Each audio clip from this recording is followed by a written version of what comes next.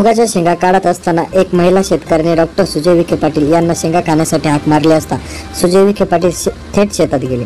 राहता तालुक्याच्या दौऱ्यावर असताना रस्त्यालगत एक महिला शेतकरी भुईमुगाच्या शेंगा काढण्याचे काम करत होत्या. या महिलेने अतिशय साधेपणाने या ना शेतात थोड्या शेंगा खा म्हणून बोलावले असता डॉक्टर सुजय विखे तिथे थांबले आणि त्यांच्याशी आपुलकीने संवाद साधला. शेतकऱ्यांच्या आपल्या प्रती असणारा स्नेह आणि जिव्हाळा पाहून डॉक्टर सुजय विखे देखील भारावून गेले. या दरम्यान शेतात जाऊन जमिनीवर बसून मातीचा गंध घेत आणि माणुसकीच्या नात्याला पुन्हा एकदा नव्याने उजाळा दिला. यावेळी पीक, पाणी आणि इतर गोष्टींवर मनमोकळ्यापणाने गप्पा मारत त्यांच्या समस्या देखील जाणून घेतल्या. ही फक्त एक भेट नसून माणुसकीची, मातीची आणि नात्यांची केलेली एक जपणूक होती, असं पुन्हा एकदा डॉक्टर सुजय विखे पाटील यांनी दाखवून दिले.